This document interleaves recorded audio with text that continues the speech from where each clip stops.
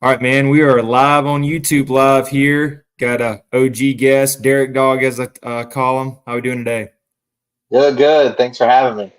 Yeah, man. Appreciate you coming on.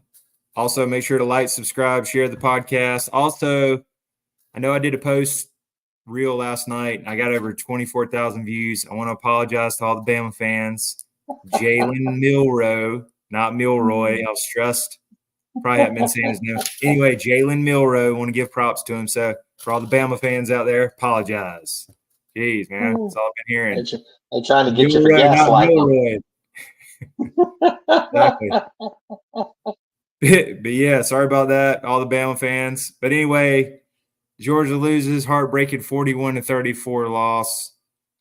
First off, Derek, I mentioned last week everybody agreed. I thought this was a Nick Saban curse at 1-5. I believe this is an Alabama curse because Kalen DeBoer is 1-0 against Kirby Smart already. So anyway, tale of two halves. Everybody's saying it. Georgia looked like straight crap. I know we were messaging. We wanted Carson Beck to get benched, but started out 28-0, down 30-7. Everybody, they were just on a roll. Our defense was getting blasted. Carson Beck looked deer in the headlights. 5 for 15, 2 picks. You could tell he was not confident at all. So what went wrong? And then we can also talk about the positive. So anyway. Yeah. I mean, it on the curse side of things, it almost feels like, back in the day before the Cubs won the World Series again, they had the goat or the Bambino coat curse there for the longest. And it almost feels like it's get up against Bama and it's Kirby it's that kryptonite, man. He's Superman, but he gets into Bama and it's just he hits that kryptonite and it's almost like the water boy. Like he's got all the plays, but all of a sudden Bama's got the green notebook and he's forgot how to come up with the plays to make it work. Is what it kind of comes with. I mean, it's just crazy to think, Bama, that's now 9 out of 10 that they've beaten us, which is just crazy to think. But I think one of the biggest things I think with Beck is if you see he gets, I don't know why when he started out last night, if you watch, he was just looking down receivers, and I don't know if it was just because people just couldn't get open. I was talking with my dad. That first pass when he threw to Arian Smith, I think that was the one that when that ball was dropped, it did, it just kind of set everything into motion. Yeah, it was. I mean, Arian Smith ended up having a good game, but man, you got to you got to catch that ball, especially on the first drive. And I know he's had the drops. I know that's why he didn't play a lot. But man, you got to catch that. That was right on the money, at least from the replay. I think if you get that one, yeah, you could tell when that ball was dropped, it was like might as well just suck the air out of the offense because it was right after then, and it was like scramble, and nothing could get going, and then before you knew it, Beck was trying to force something, and then he throws the pick. Yeah. So it's kind of one of those things when we didn't get that stop against Bama when they started driving on that first drive and they go down and get that touchdown. It was that, however the quote goes, it's when you get it's all about when you get knocked in the mouth, what do you do from there? Yeah. That's when the fight starts, right? Yeah. And that's what it kind of felt like. It was, we got knocked in the mouth and then we threw that haymaker, hit him in the hands, and it was dropped. And then it was like, oh gosh. And you could tell the offense was scrambling. And then right after that, it was just, almost, it was as if, they couldn't catch their breath before you knew it. Yeah. We were down 3 scores. Yep. It was. So if you go to we can talk. We'll go there if you want to go box analogy. So Rocky IV, right? Everybody knows it. Drago, beating the crap out of Rocky, dropping him every round. You're like, there's no way, he's too small. And then later we'll get down, starts chipping away. That's what Georgia did. Still in this, chipping away. Hey, what kind of like the what was it? What was the old trainer? Hey, he's a man. He bleeds. He bleeds. You know. So Exactly. you slowly got back in it and chipped away at Drago, this wrecking machine at home in Russia, at home in Alabama. But one thing I did want to ask: were you surprised with Bobo with the play calling, because they came out throwing? I know they were down 7-0, but I figured it would have been like, hey, let's test the run the way he usually does. But I think the first 2 possessions were all passes. I was kind of surprised on that. Well, I think it was because of our injury on the offensive line. I think they were worried, but I think Bobo was worried that of being able to really move the ball, run the ball with the injuries that we had to the offensive line. Right. So Tate being hurt and everything. I mean, it's and then not just that, but I think it was we wanted to try to, because he hasn't really aired it out all season, right? I mean, when's the last time that Beck threw? I think he threw 50 attempts in that game. Right. I mean, I can't think of the last time he threw that many times, and I think it was one of those. With Kentucky, it was classic back and forth, and whoever's gonna get that last score and make that last stand is gonna win that game, right? Hard fought in the trenches kind of game, old school, and didn't really show a lot when it comes to the passing and stuff. And then I think it was just there wasn't a lot of video, because I don't think there's a lot of because I can't remember when Beck has thrown 50 times, that many times, to where you don't have a lot of film on that, to where and these weren't just short passes. He was throwing it deep a lot of times. So I felt like it was to try to attack, because I think Alabama's secondary seemed like it was kind of young, because I know Herb Street kept talking about that we kept going after one guy. Mm-hmm. So I felt like it was, that was the game plan, to kind of attack that. But at the same time, if you're going to do that, you got to have the receivers that can fully break away from that. And that was the biggest issue, is when Beck was throwing it, unfortunately, it was into some thick coverage. It was. And also, I think maybe he could have got picked a couple other times. I mean, he threw a lot in there. We kind of got away with it. But like Carson Beck, 27-50, like you said, 439, even though at one point I think he was 5 of 15 for 42 yards in the first half. Right. And I was looking at a stat, which was crazy. They were terrible on third down, and they ended up being 3 of 15, but 5 of 5 on fourth down and not extended plays. And I think with us being from behind, you had to keep going for it. So I guess in a normal game, though, how bad would it have been if we would have got stopped on third down and had to punt? But just being from behind, you had to do that. So I guess just looking forward, like, what's your thoughts on Beck? He gutted it out, and you got to give it to him for staying in there. He could have just laid down and just deer in the headlights. So where do we go from here? It's still impressive. I'll give him credit. I mean, it's one of the biggest things, when you're just talking about third down. So one of the craziest stats, Georgia was one of the best teams last year in third down conversions. This year, we're like on the lower end.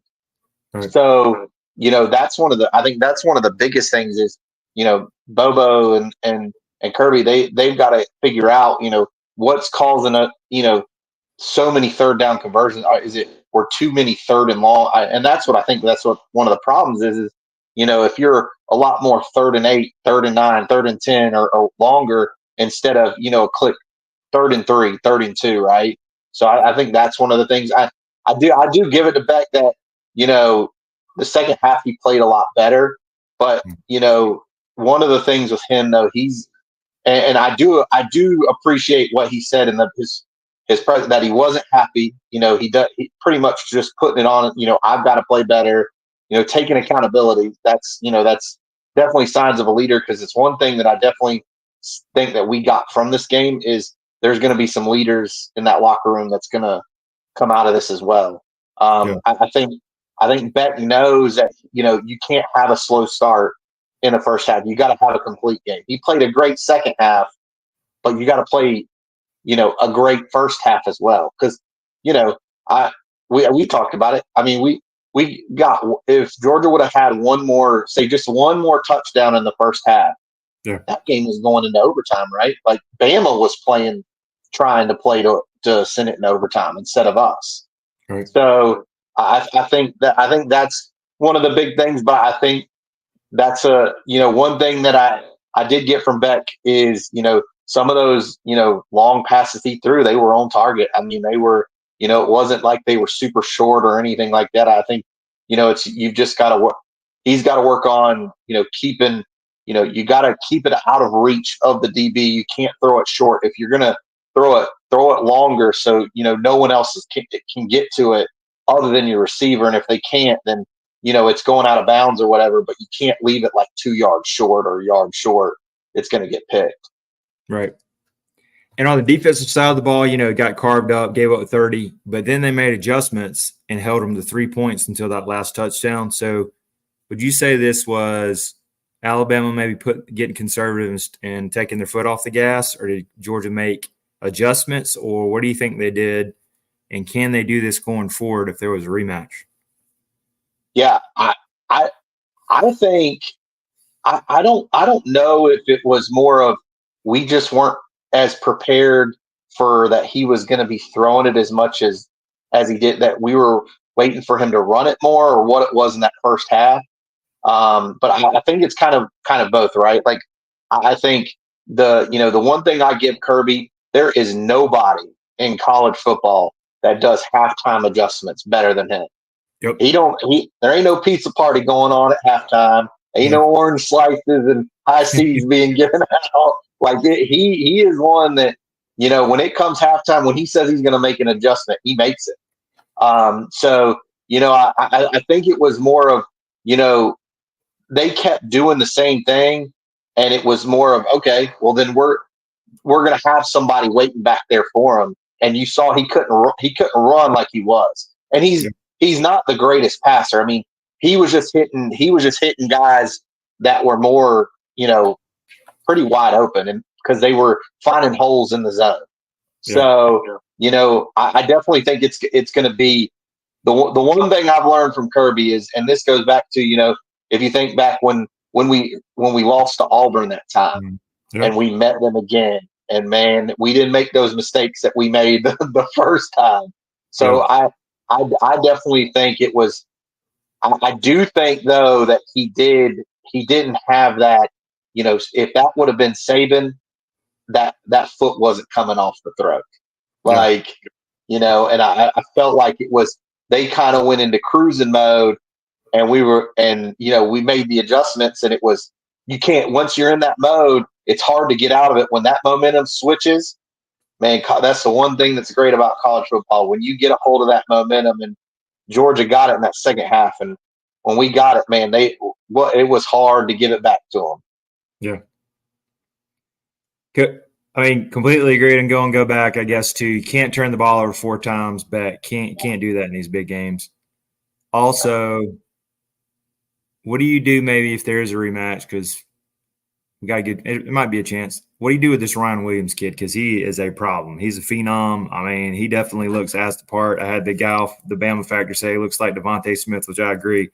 Yeah. Like, is he one of these? You just got to let him get his plays. I mean, that one last catch, man, he had KJ Bolden and the other guy Humphrey like looking like a schoolyard trying to catch him. And I mean, these are like 4- and 5-star guys, Well, he had Starks all messed up too when he got the 2-point conversion, the stuff. Yeah. I mean, he was just, it's one of those things that I guarantee you next time we play them, Kirby's going to have him doubled up. They're going to have to beat us with somebody else. Yeah. Because if you look, like, I mean, he was the one that had majority of their yards on offense when it comes on the receiving side. I mean, if you can double him up, it's it makes the matchups a little bit easier, because that kid is something. Yes. mean, right here, six catches for 177. That's crazy. He spread it around a whole lot. I mean, you got to give it to Jalen Milroe. There we go. Played great. I mean, he might be in the Heisman conversation. Yeah. Also, I think they were burning him early on the perimeter. Did you see him kind of get to the perimeter a lot? And that's something they'll need to work on. Yep. Also, I feel like we did grow up on the receivers. Arian Smith, 132 yards. Dylan Bell looked great with the 100. Dominique Lovett. So I feel like maybe we're finding our core guys. Yep. One other thing I am kind of worried about, and they keep struggling. What do you think about the running game? And also, where was Nate Frazier? Is there a milk carton somewhere? Hadn't heard anything about being injured. I mean, this kid looked great against Clemson. Hadn't played. Like, have you heard any injury? The only thing I can think of is he not a good blocker? Because you know how you can get in the doghouse with him. Is he not blocking on the perimeter? Is he not protecting backs? That's the only other thing. Because, I mean, I guarantee you that's what it has to do. It would have to do with something with that. But the running game, it's almost like it's ETN or bust, right? Like that's what it feels like. Like it is. And he's still, I think, battling his injuries. He's not 100%. So, so that's the other issue you kind of run into there. Yeah. I mean, you only gave Branson Robinson 2 carries. I mean, what do you do if ATN gets dinged up? Who's your guy? You know, you gotta get this rotation. And I don't even. Have you heard anything about Roderick Robinson? I heard Centel say late October. I was like, man, is this a broken toe? And I don't know how long turf toe is. Jeez. Yeah. Yeah, man. That's one of those that can be a lingering injury. Like if you come back too soon. Yeah. So depending on the severity, my understanding it can last. It can be a good little injury right there. It's almost like on the equivalent, I would say like a good sprained ankle or a hamstring. It kind of lingers until it's fully healed, kind of thing. Yeah. But I guess the positives, like we mentioned, gut, resilience. I mean, they didn't lay down. I mean, they had them on the ropes. I felt like they were not the better team, but they almost stole one. Like if you would have went in there and won that, of course we would have been all excited, but they had no business coming back. But you got to give it to them, gutted it out. So I think that's definitely looking forward for the rest of the season. They've been tested. You know what's in that locker room. Some of these other teams, Ohio States and all these are playing all these school blind teams.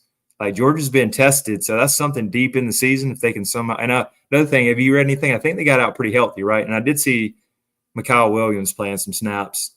So I think we got out unscathed, right? Even though I did get a little nervous when Drew Bobo came in. He looked like deer in the headlights. Like, does he know how to snap the ball? It's like, Coach. When you're on your third string center, man, that's some serious stuff. I was nervous. I was like, can this guy snap it? And I think I'm glad Jared Wilson came in. But, man, he had that look on his face like, Coach, me? A ball? But yeah, man, I'm glad he came back in. But I know it's devastating. We'll get over it. But the good thing is 12-team playoffs. My pick at the first of the year, just brutal schedule, was if you can do 10-2, if we can split the Alabama-Texas game, it's like, all right, we lost this one, I feel like we can hang around with Texas, and we're looking pretty good. I don't know if it's going to be Arch or Quentin Ewers. They don't scare me, but they haven't really played a lot of people. I know it's going to be at Texas. Ole Miss, I think they were brought back down to earth against, it's looking like a good Kentucky team. And then Tennessee at home, it's going to be good. That's in home. If it was in Knoxville, I'd be scared. But just hoping maybe 10-2 now. What are your thoughts? I 100% agree. I mean, it's the Ole Miss game definitely feel better. I feel like on their end of things, Lane's he's always busy on social media, but he's been a lot more extra lately. Like I see videos of him on Twitter and stuff like that. And, it was while they're undefeated, and now that Kentucky brought them down to earth. And then the Tennessee game, it's going to be a tough one, but I feel like we can go in there with that energy of when they were giving out Stetson Bennett's phone number kind of energy. And they're playing at a high level. And then it was just, we smacked them around and brought them back down, kind of thing. And I definitely think, Tennessee is going to be a tough game, but I don't feel that they've faced a defense like ours. And same thing with Texas. I think Texas, who knows when, because they're being very tight-lipped on, they said his injury was abdomen, but they never said what it was. Like, it's like, what does that even mean? Like, did he tear something? Did he get, is it a stomach issue? Like, so you don't know how severe it is. So, is there a chance when we get him here in a few weeks that he may not still be available yet? And Arch, I mean, shoot, most of that game they were within, Mississippi State was within one score against them. Yeah. It was 14-6 for a while. So and it was just, and they were getting turnovers against Texas. They just didn't have an offense to move the ball. So it's kind of things like that, to where it's like, okay, well, you let Mississippi State hang around most of the game. You do that against a team like Georgia, you're going to be down. Yeah. It could be a linger. The only other time I've heard of is, like, remember the JT Daniels lingering the injury he had? I think it could be that. If it's on his throwing side, I heard that's really annoying because every time you throw, you can aggravate it. So absolutely. Who knows? But looking at, this is the updated polls. So Georgia only, which is good. They only dropped to 5th. Yeah. So you got Bama, Texas, which I kind of agree. I mean, that was a top 5 win. I can give that to Bama, Texas. Ohio State hadn't played anybody. They got Oregon in a couple of weeks. That'll be a test. Tennessee, then at Oregon. So that Ohio State, Oregon, a couple of weeks, somebody's going to drop. What's your thoughts? I mean, it'll be here for do you think Tennessee will hang around with Alabama? What's your thoughts on that game? And it's I believe it's at Tennessee, right? What do you think about that one?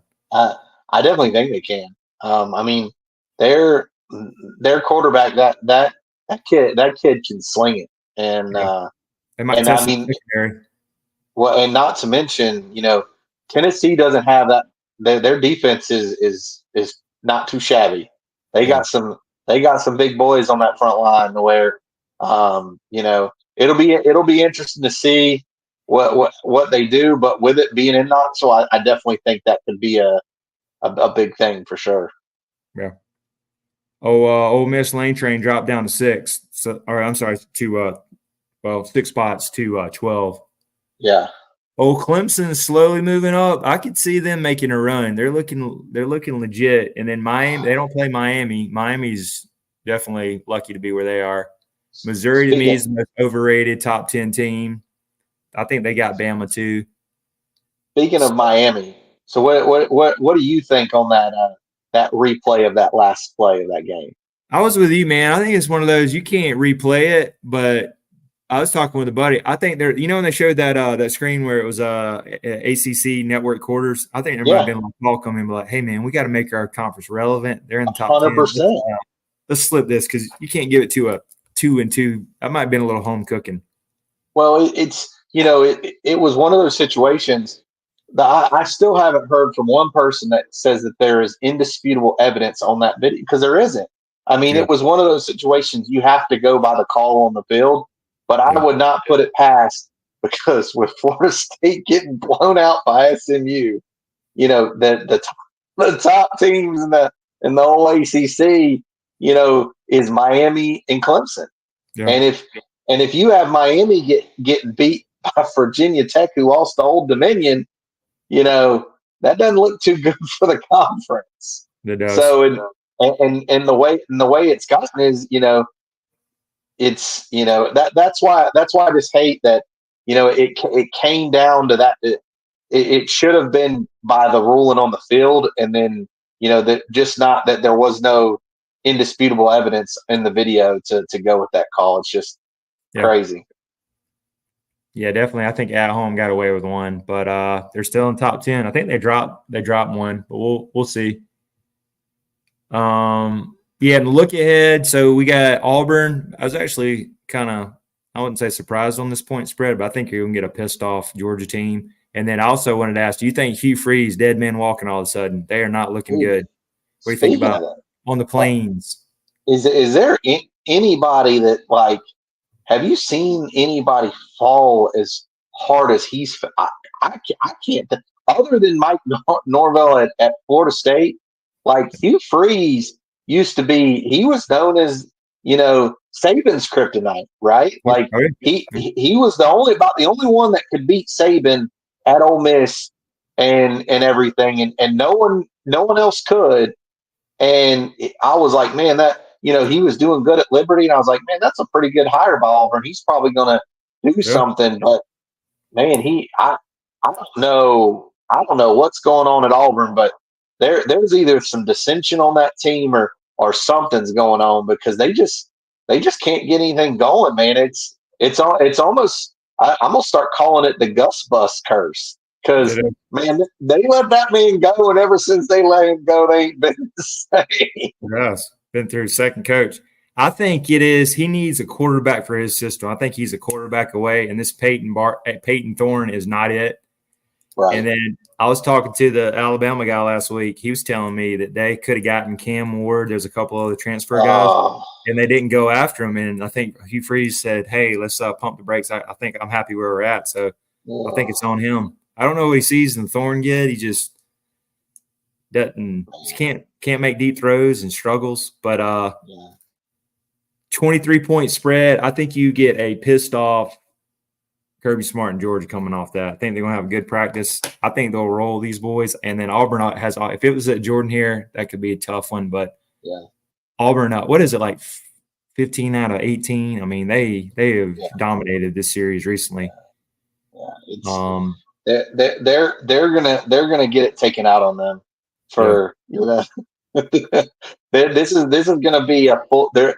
I have a feeling there's not going to be a conversation of there was a better first half or second half because I think it's just going to be that all around of a game going to be played this against them. I could see this being like that 1-2 years ago when they had Robbie Ashford run around. We kind of dominated them. See it being something like that. And then you got Mississippi State. I think we should have a good time with them. I'm gonna say good time. We should win that, and then I should have it memorized. And then you got that Texas win on the 19th. So I'm just hoping we get out these next week unscathed, don't get any more injuries, and kind of see where we're at. Yeah, I almost wish we had a bye before Texas as well. It is, yeah. Yeah. Also, another one, I know it's emotional, but they're getting that Texas-Oklahoma game the week before. So a lot of people were circling that. It's an emotional game. Oh. And then they're going to have to get up for us. So everybody said, hey, watch for that, man, because Texas, let's see, looking at theirs. Texas hadn't really played anybody, but they got a bye week, and then they got Oklahoma, and then they got Georgia. So I'm just saying that's emotional, and you know how it is to get these kids up, 18 and 21-year-olds up 2 straight weeks. Is that Texas Oklahoma game still at noon, or is ESPN moving that in prime time? 3:30, Scott, right here. 3:30. Okay. Yeah. Okay. That's a little better. I guess it's not Red River Shootout. But yeah, you got there. It is. This is theirs. You're saying. Let's see. Yeah, right here on 12th. Yeah, 3:30. Guess it's All-State Red River Rivalry. There it is. Keep changing it. Yeah. All about the naming rights. It is. Is that the same weekend, or is it our weekend? What's the same one where it's Alabama, Tennessee? It's like a loaded Saturday coming up. It might be that one. Yeah. I have to go and look. But we got some any idea where game day is this week? Oh, they're going to Cal for the Cal Miami game. So they announced it's the first time they've ever gone to Cal. They've never had game day at Cal. Some people were calling, they're like woke nation because they beat Auburn that time. There's all these like woke people, and I don't know, I got the thing. Well, I mean, they're to me, it's there's a reason why there's certain campuses that probably haven't been, other than they haven't been good or whatnot. But it's something about going to a campus where like that when they went down to South Carolina the other week. I mean, to see the amount of people that were just out there was just wild. Yeah. And it's just good to see, when they go to places where they have a good turnout for it. So it'll be interesting to see. I'm just interested to see how good of a turnout Cal has for game day. Cause I don't see them as heavy tailgaters, but I've never been out to a Cal game. So I don't know how their atmosphere is. Yeah. Also, real quick, I know we were messaging over it, but man, how I wanted to vomit. How bad was that game day, man, with Nick Saban and just the whole Bama thing? I feel like it was Bama PM is what that was. I mean, On Saturday. this is my thing on a big game like that. You know, I understand Saban's wife was a big part, and you know, like in my opinion, that big of a game because you need to make it feel at least it's kind of neutral. I understand you're at Bama and everything, and it's a big matchup, but you know, it was to me it felt even more over the top than what it can normally do when you're at someone's home. Yeah. And then the other thing too, how about what do you think about at halftime? We're getting, you know, going through the struggle, and then we got to listen to Saban break it down at halftime. Like that was tough. It was. I mean, it was Georgia against the world on that one. Just everything was against you, and they still hung around in there. So that would have just shut everybody up if they would have came back and won. Been sweet.